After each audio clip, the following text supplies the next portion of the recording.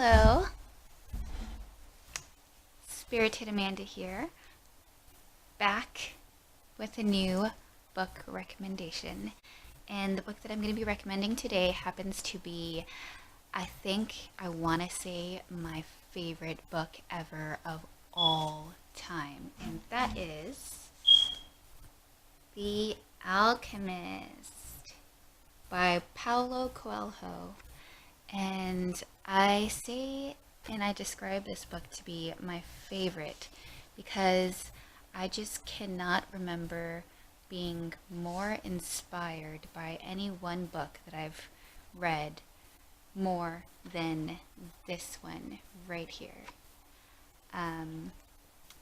This is the 25th edition of the book, and that just goes to show you that this book stands the sands of time. Like, this book, it just will never go out of style. It is just way too masterful. Okay, so the author's name is Paulo Coelho, and here he is. There he is. In that I'm having a hard time matching up. Okay, there we go. And that very classy black and white photo that he has printed on the back here. And it says that he was born in Rio de Janeiro in 1947, and he's one of the best-selling and most influential authors in the world. Well, I can imagine why, and if you haven't read this book before, then you would know why. They have that printed about him. He has a long list of other books that he's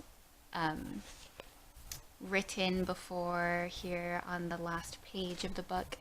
Just to list off a couple: The Valkyries, Brida, and The Witch of Portobello. I gotta put those on my book wish list for me to read in the future, because I haven't read anything else by Paulo. I've only ever read this book, and I'm thinking, it's worth probably reading something else that this author has. Okay, so I'm gonna read off what I've written here. I say that it is a truly, truly amazing book, essentially a masterpiece. I have read and been inspired by books before, but not like this one. This one is at the top of the list. I think everyone could stand to read this book at least one time in their lifetime. Basically, yeah. So, the story.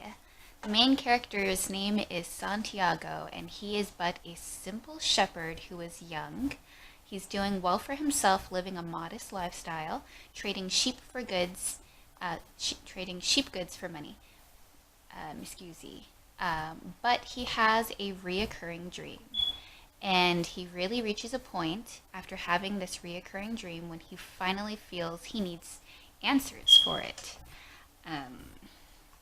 So the first thing that he can think to do is to go see a seer or a psychic or a dream translator, what have you. And she foresees that he's to fulfill a quest. And at the end of said quest, he will be rewarded a treasure. So without going too in-depth into the story, because I really hope that you will read the book for yourself, Santiago goes in search of this quest to find said treasure. And he really has to gather the courage to basically abandon all of everything he's ever known to travel to a completely foreign land. Oh, and that is one thing that I like about this book is the setting change is so drastic.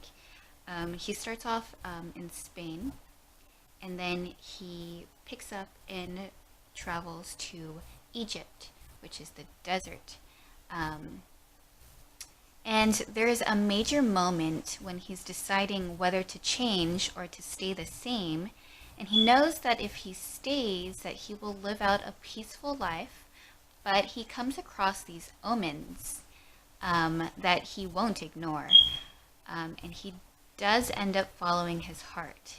And he sells enough sheep to travel to Egypt, the desert land of his prophecy. When he gets to Egypt, he is completely foreign and naive, so begins his long journey. Santiago has a few setbacks, and it takes years before he builds himself up enough to move forward on his quest. He's very hardworking and learning over this time.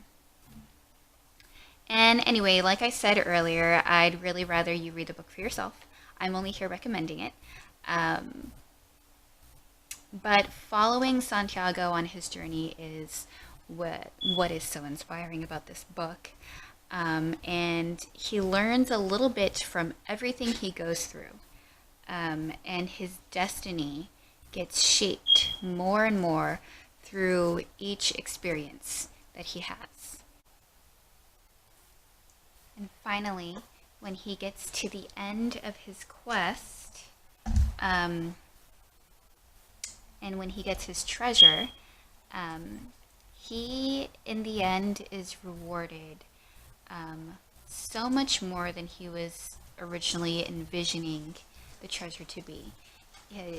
He gets so much more than he was probably envisioning, gold, maybe like a pirate's chest of like gold doubloons, whatever. But at the end, he gets way, way more. And I really like the way that it ends. Oh, and yes, the story, there is an actual alchemist in this book. There's actually 2 alchemists in this book. And you just have to read to find out who they are. So thank you so much for viewing. Please like and subscribe if you want to support my channel. And I leave you here with The Alchemist. Did I read the quote on the back? Let me read the quote on the back. The back is gorgeous, by the way. I don't know if I've mentioned that. And here's a quote from the book The Alchemist. To realize one's destiny is a person's only obligation. And I just love that. So, there you have it. The Alchemist by Paulo Coelho.